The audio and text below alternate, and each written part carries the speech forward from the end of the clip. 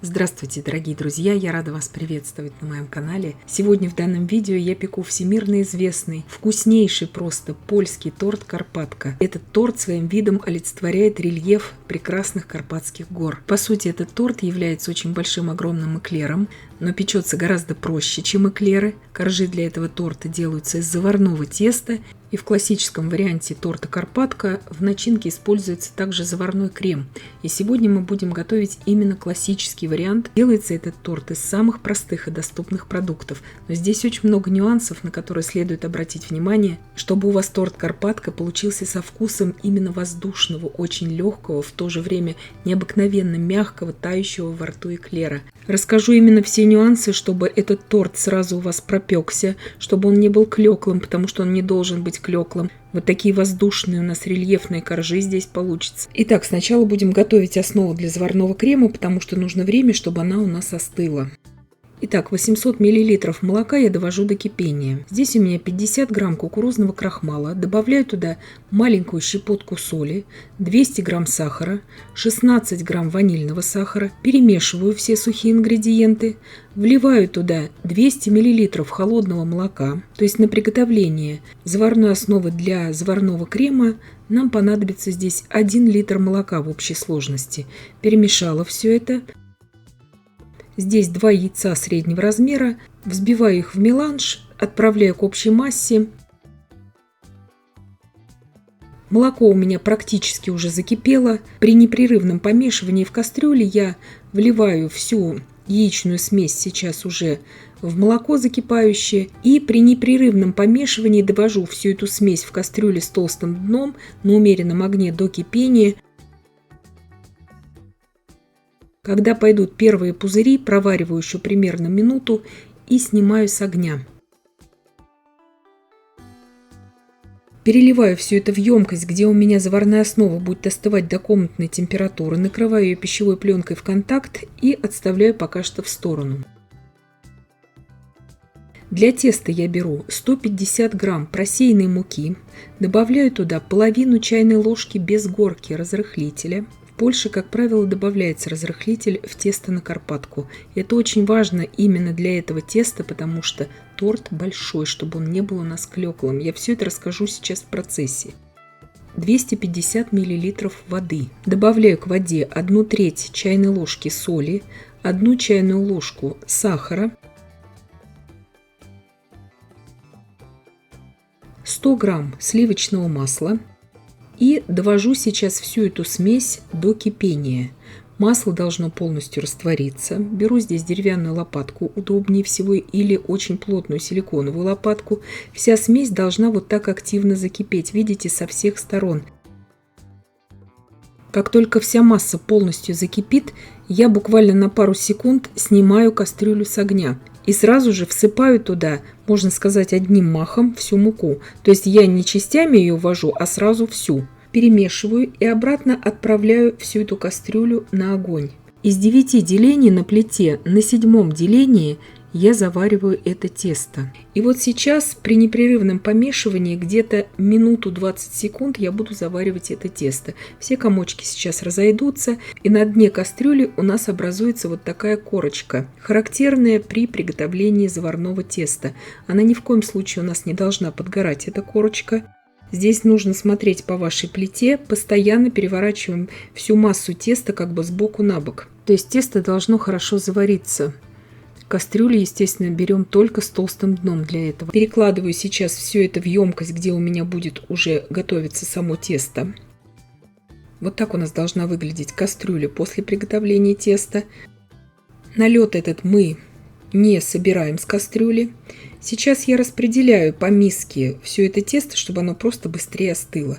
Примерно хотя бы до 60 градусов Цельсия оно должно остыть перед введением яичной массы. Здесь у меня 4 яйца среднего размера. Как ни странно, в этот раз редко такое бывает. Общий вес этих 4 яиц у меня составил ровно 200 грамм. Без скорлупы, естественно. Вот эти 200 грамм яичной массы можно сразу смело вводить в это тесто, ничего дальше не взвешивая. Они здесь полностью все нужны. Насадками спирали я перемешиваю, чтобы не было лишних пузырей просто в заварном тесте. чтобы оно не рвалось. И вторую половину яичной массы я смело также выливаю к тесту. Тесто еще очень густое, поэтому я беру дополнительно 5-е яйцо. Просто разбиваю его вилкой в меланж и добавлю сейчас примерно половину яйца. Если вы новичок, добавляйте только ложками столовыми вот этот яичный меланж. Уже финишное приготовление теста. Я добавила здесь, я на весах потом взвесила остаток, 22 грамма яичной массы. То есть в общей сложности у меня ушло по сути 222 грамма яичной массы. Этого достаточно для торта Карпатка. Сейчас на эклеры мы бы взяли практически целое яйцо, вот это 5-е. Но для Карпатки это достаточно. Тесто на Карпатку готовит более такое погуще, чем мы его берем на эклеры. Вот это очень важный момент, потому что готовится оно одним большим пластом. И чтобы этот пласт у нас теста не был клеклым, нужно, чтобы оно было слегка-слегка погуще, чтобы в нем не было вот этой лишней жидкости. Сейчас вот такой плотной лопаткой я где-то минуту повымешивала это тесто. Сначала должен упасть большой комок с лопатки и остаться вот такой птичий язычок, так называемый, характерный для заварного теста. И вот в тесте на Карпатку вот этот птичий язычок, он также хорошо свисает, но он чуть-чуть погуще, чем, допустим, на профитроле, на эклеры мы готовим. Вот для Карпатки это очень важно. Многие этого не знают, и поэтому Карпатка получается у них такая клеклая, как финский блин. Этого не должно быть в Карпатке. Здесь тесто и корж должен быть полноценным большим эклером. То есть он должен быть воздушным, нежнейшим, но в то же время не клеклым. Сейчас про время и температуру выпечки я скажу в процессе. Я буду выпекать в двух одинаковых формах 34 на 24 сантиметра. Половину теста я отвесила на весах и распределяю по форме. Просто дно формы я застелила бумагой для выпечки. Все прекрасно будет отделяться потом от формы. И просто мягкой силиконовой лопаткой я распределяю всю эту половину общей массы теста просто по пергаменту. Главное, чтобы не было у нас сильно открытых мест, чтобы тесто распределилось равномерно. Убираю выпекаться. Оставшееся тесто я убираю вот так в пакете. Не нужно его простилать здесь пищевой пленкой, иначе много теста у вас потом останется на пищевой пленке. Итак, пока допекается первый корж, я уже наношу второй. Выпекаю я эти коржи при температуре 200 градусов Цельсия на режиме вверх-вниз без конвекции в заранее разогретой духовке на среднем уровне. В моем случае 35 минут. Каждая духовка индивидуальная, поэтому смотрите, чтобы корж хорошо подзолотился и прекрасно уже держал форму. Распределяю все тесто по пергаменту. Тесто вот по этому рецепту выпекается всегда прекрасно, воздушное, в то же время нежнейшее на вкус. Вы можете не добавлять здесь разрыхлитель, но я настоятельно советую добавить здесь разрыхлитель. В готовых коржах разрыхлитель абсолютно никак не будет чувствоваться во вкусе. Вот это небольшая щепоточка. В Польше, как правило, пекут именно на воде это тесто для Карпатки и с разрыхлителем. Сегодня я намеренно пеку Карпатку в прямоугольной форме, как это печется и в Польше. Чаще всего в Польше пекут Карпатку именно в прямоугольной большой форме. И, конечно же, на круглые формы пропорции я вам напишу в описании к данному видео. Там все очень просто. Очень часто Карпатка получается клеклой, не пропекается, не поднимается именно из-за использования слишком маленькой формы на большое количество теста. Это одна из самых частых ошибок при выпекании Карпатки. Поэтому пропорции на разные формы, на круглые и на прямоугольные, более маленькие, я вам подробно напишу в описании к этому видео. Итак, первый корж у меня испекся, второй корж я уже поставила выпекаться. Слегка прошлась я ножом по стеночкам формы. Прекрасно отделяется корж от формы. Сразу же, как только я могу дотрагиваться до формы, я его извлекаю из формы, этот корж. И сразу же переношу его на решетку, чтобы он со всех сторон у меня остывал. Донышко у этого коржа такое же пропеченное, оно не должно быть мягким, как блин. То есть этот корж на Карпатку, он должен быть таким же оформленным, как большой эклер или большая профитролька, но не мягким, как блин. Это, по сути, полноценный огромнейший эклер. Вот это очень важно помнить. Он у вас не должен гнуться, как блинчик, ни в коем случае. Он должен иметь вот этот корпус и прекрасно браться в руки, переноситься. Второй корж тоже у меня испекся. Вот такие два прекрасные коржа в итоге у меня получились. Их можно оставить на ночь, допустим, при комнатной температуре полежать. Ничего с ними не будет. Получается в итоге прекраснейший оформленный высокий рельеф у каждого коржа. Если вы будете соблюдать все пропорции, временной режим, температурный режим при выпечке, у вас все прекрасно получится по этому рецепту. Сразу отвечаю на вопрос в комментариях. Заменять все количество воды в тесте полностью на молоко я здесь не советую. Лучше тогда берите 100 мл молока и 150 мл воды. Хотя бы так. Но лучше всего и бюджетней, и проще выпекать это тесто просто на воде, как я это показываю. Я сама выпекаю всегда профитроли, допустим. Другие изделия из заварного теста я беру всегда 100 мл молока и 150 воды. Но на Карпатку попробуйте именно на воде сделать это тесто. Оно гораздо легче получается и поднимается легче, и коржи будут воздушнее. Итак, сейчас я заканчиваю приготовление заварного крема для начинки. 300 грамм размягченного сливочного масла я повзбивала пару минут до побеления и пышности. Заварная основа у меня уже остыла до комнатной температуры. Она не должна быть ни в коем случае холодной. Я сейчас ее вот так слегка расшевелила ложкой и добавляю по 2-3 столовые ложки к маслу этой заварной основы. И быстро прорабатываю миксером. Долго я здесь ничего не взбиваю, потому что проваренный уже крахмал, чем дольше он взбивается, тем более жидким потом будет становиться крем. Нам этого не нужно. И масло, и заварная основа должны быть примерно 25 градусов Цельсия, чтобы у вас все идеально получилось и чтобы крем не расслаивался потом в процессе. Всю заварную основу я добавила. Вот такой пышный воздушный крем получается. Перемешиваю все лопаткой, собираю все со стеночек и со дна миски и уже собираю свой торт. Итак, верхний корж, который более у меня как бы рельефный получился, я его вот так беру спокойно в руки. Видите, он не гнется. Он должен быть таким же корпусным, как эклер. Это очень важно для Карпатки. Еще раз напоминаю вам просто. Сейчас я вот эти вот все полости промазываю кремом. Очень бережно, конечно, это нужно делать, потому что корж хрупкий, он очень воздушный.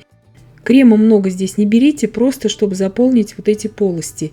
И аккуратно переворачиваю опять этот корж сейчас на решетку. Если вы все сделаете здесь правильно, у вас корж не будет гнуться.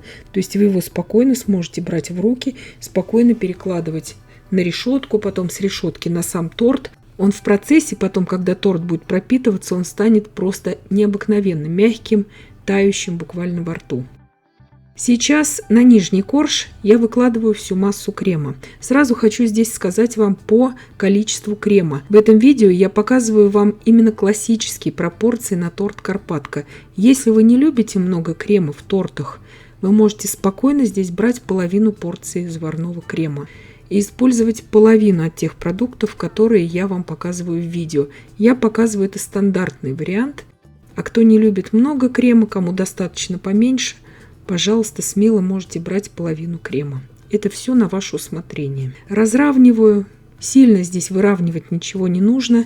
И просто сейчас вот с этой решетки очень удобно, либо доску какую-то можете использовать, но с решетки удобнее всего. Я перекладываю вот этот верхний, назовем его так, корж, уже на торт.